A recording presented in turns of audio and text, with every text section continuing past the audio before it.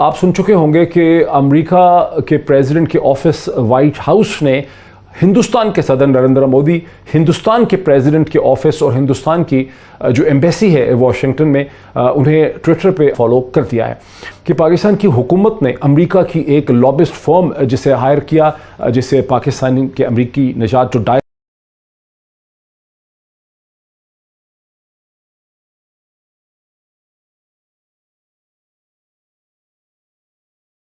आप सुन चुके होंगे कि अमेरिका के प्रेसिडेंट के ऑफिस व्हाइट हाउस ने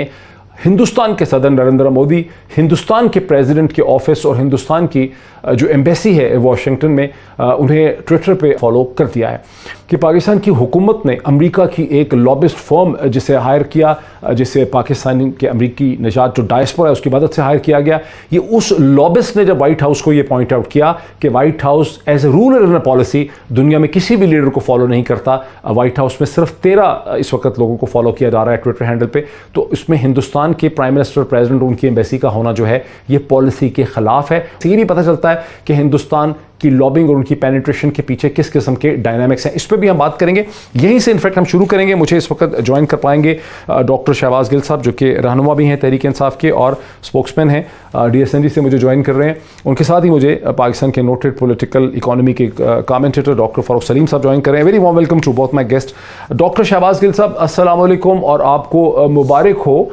इस चीज़ की कि पाकिस्तान की गवर्नमेंट के हायर्ड एक लॉबिस्ट ने इंटेलिजेंटली इस चीज़ को एक्सपोज किया कि कैसे पेनिट्रेशन के ज़रिए व्हाइट हाउस के ट्विटर पे सिर्फ नरेंद्र मोदी को फॉलो किया जा रहा है, जबकि बरतानिया के प्राइम मिनिस्टर को, दुनिया के किसी लीडर को वहाँ फॉलो नहीं किया जा रहा था। और ये दर हकीकत एक लॉबिंग ही थी जिसे एक अमेरिकन लॉबिस्ट ने ही एक्सपोज किया है। तो कंग्रेचुलेशन टू यू। कुछ हमें इसके बारे में बता सकेंगे आप? मोहित, देखिए, आप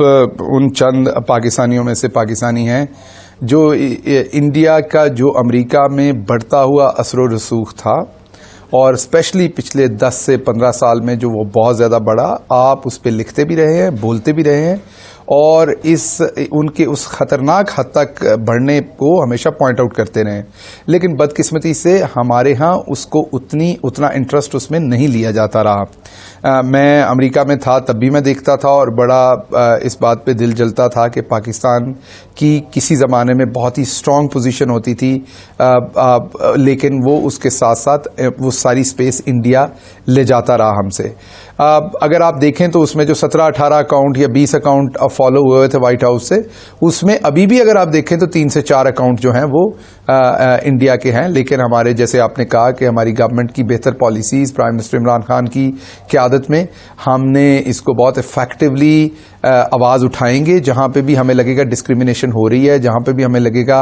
कि जो एक अमेरिका का अपना आइन कानून है, अमेरिका में रहने वाले बहुत सारे जो पाकिस्तानी निजात अमरीकी हैं उनके भी वहाँ बराबरी के हक हैं, तो उनकी भी वहाँ पे आवाज़ उठेगी कि अगर हिंदुस्तान को एक ट्रीटमेंट मिल रहा है तो वो पाकिस्तान को क्यों नहीं मिल रहा। तो लेकिन इसके साथ साथ हमें ये भी देखना है कि ये इस हद तक चीज़ें कैसे पहुँची। आपने देखा पिछले दिनों में जब कश्मीर का इशू बहुत ही हाईलाइट हुआ, स्पेशली उसमें वो हाईलाइट इसलिए हुआ, मैं ये कहूँगा इसलिए नहीं कि मैं उनके साथ काम करता हूँ, लेकिन ये आप भी इस बात के गवाह हैं, मैं भी, पूरा पाकिस्तान भी, कि जिस तरीके से प्राइम मिनिस्टर इमरान खान ने कश्मीर के इशू को एक चेहरा और आवाज़ दी, वो इससे पहले नहीं मिल सकी बहुत सारे सालों से ही। बल्कि जब से कश्मीर की, मैं कहूँगा, ये चली है मूवमेंट, इस तरीके से हमारे किसी हेड ऑफ स्टेट ने इतने इफेक्टिवली जाके वर्ल्ड प्लेटफॉर्म के ऊपर वो चीज़ें जो होने वाली थी इंडिया में, कुछ तो हो रही थी और जो होने वाली थी उनको भी पहले से लोगों को मुतला किया और आज वो पूरी दुनिया मान रही है। तो आपने देखा होगा जब ट्विटर के ऊपर पाकिस्तानी यूथ ने, चूंकि आप तो एक टॉप रेटेड अमेरिकन यूनिवर्सिटी से, डॉक्टर साहब, चूंकि आप एक top of the line American university से वाबस्ता रहे हैं, किसी कॉलेज से नहीं बल्कि एक मेजर यूनिवर्सिटी से आप वाबस्ता रहे हैं शिकागो में, ये एक उर्फ आम में हमारे यहाँ ये समझा जाता है कि एक साजिश के तहत अमेरिका में हिंदुस्तान को बहुत ज़्यादा इन्फ्लुएंस हासिल है। इस छोटे से वाक़े से व्हाइट हाउस के ट्विटर वाली एग्जाम्पल से साबित होता है कि कैसे हिंदुस्तान और उनकी लॉबीज़ ने टेक्निकली अमेरिका के ढांचे में पेनिट्रेट किया हुआ है, और अगर पाकिस्तान को उस असर रसूख का मुकाबला करना है तो पाकिस्तान को भी एक टेक्निकल तरीके से स्टेप बाय स्टेप चलना है, क्योंकि यहां जब एक्सपोज कर दिया गया कि एक अनयूजुअल चीज़ की गई है व्हाइट हाउस के अंदर, तो व्हाइट हाउस को उसे ठीक करना पड़ा। तो क्या आप समझते हैं कि ये अंडरस्टैंडिंग आपकी हुकूमत में है कि step by step technically America के अंदर चलना होगा और डायस्पोरा को साथ लेके चलना होगा? जी मोहित, ये बड़ा इंटेलिजेंट क्वेश्चन है, क्योंकि बुनियादी तौर पर अगर आप देखें तो पाकिस्तान में इस चीज़ की अंडरस्टैंडिंग ही नहीं थी। पाकिस्तान में ये समझा जाता था शायद पूरे अमेरिका में तमाम के तमाम लोग जो हैं वो किसी स्ट्रेटजी के तहत पाकिस्तान को एलिनेट, वहां पर जो स्पेस थी, पॉलिटिकल स्पेस, उसमें करने की जो कोशिश हो रही थी। कोई ऐसा हरगिज नहीं है। हम अगर नंबर्स देखें तो नंबर्स बोलते हैं। जो जितने भी सेनेटर्स हैं, कांग्रेसमैन हैं, जितने भी डिसाइसिव ऑफिसेज हैं वहां पर, उनमें जो एड्स हैं, पॉलिटिकल एड हैं, वो देखें कितने पाकिस्तानी और कितने इंडियन हैं। इसी तरीके से व्हाइट हाउस है, दूसरी जगह है, उनकी टेक्नोलॉजी का स्टाफ है, टेक्निकल एरियाज हैं, पॉलिसी के एरियाज हैं, थिंक टैंक्स हैं। आप देखें कि वहां पे कितनी ज्यादा इंडियन नेशनल्स की वहां पर नंबर्स गेम जो है वो बहुत डिफरेंट है। तो बुनियादी तौर पर पाकिस्तान को बहुत लॉजिकल स्टेप लेने चाहिए थे जो अब लिए जा रहे हैं। और इसमें एक तरफ तो आप देखें कि हमारे प्राइम मिनिस्टर हैं, और उसके साथ साथ हमारी बहुत ही गुड लक है कि हमारी इस टाइम जो आर्म्ड फोर्सेस की क्यादत है वो जनरल बाजवा के हाथ में है, जिन्होंने बहुत ही स्मार्टली और इंटेलिजेंटली जो इस खित्ते के अंदर सिचुएशन थी उसको पाकिस्तान की सिमत खींचा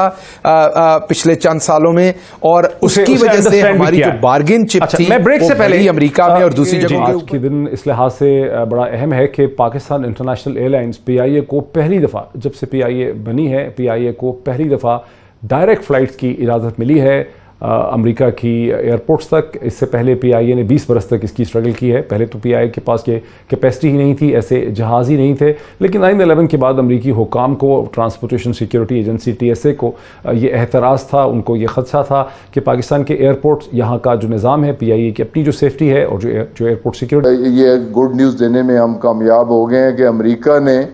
डायरेक्ट 9/11 के बाद, ये पाकिस्तान पर बहुत बड़े इत्मीद का इज़हार है। प्राइम मिनिस्टर इमरान खान की एफर्ट्स और उन पर इत्मीद का इज़हार है, और डेफिनेटली इसमें PIA की इंतज़ामिया और चीफ एग्जीक्यूटिव की भी काविशें यकीनन बहुत ज़्यादा थी, उनकी बहुत ज़्यादा कंट्रीब्यूशन थी, और आज इसीलिए हम ये अच्छी खबर देने में कामयाब हुए हैं। तो ये 12 फ़्लाइट्स हैं और मुख्तलिफ डेस्टिनेशंस हैं। डेस्टिनेशंस भी अभी डिसाइड होनी है कि किस डेस्टिनेशन को हमने टच करना है। लेकिन और क्या आप ये तवक्को करते हैं कि ये जो आपको एक फैसिलिटी मिली है खान साहब, जो इस वक्त एक सहूलत मिली है, जो एहतमाद का इजहार किया है ट्रांसपोर्टेशन सिक्योरिटी एजेंसी ने और अमेरिका के हुकाम ने, इससे अब आप बढ़ा सकेंगे और एक रेगुलर फ्लाइट्स पाएंगे अमेरिका के लिए? जी, ये एक नया एवेन्यू खुल गया PIA की इंतज़ामिया की एफर्ट की वजह से, और इंशाअल्लाह ताला ये इत्मीद बढ़ेगा। हम बेहतर सर्विस देंगे, बेहतर सिक्योरिटी मेजर्स होंगे, और इंशाअल्लाह ताला हालात मामूल पे के बाद जहाँ हम चाहेंगे, जिस डेस्टिनेशन को हम टच करना चाहेंगे, इतना इत्मीद हम हासिल कर लेंगे और इतना इत्मीद हम दिला देंगे कि जो डेस्टिनेशन हम चाहेंगे इंशाअल्लाह ताला अमेरिकन सिक्योरिटी एजेंसीज उसकी हमें इजाज़त देंगी। और ये ऑपरेशंस PIA के डायरेक्ट फ्लाइट के ऑपरेशंस इंशाअल्लाह ताला पोस्ट कोरोना भी कंटिन्यू करेंगे।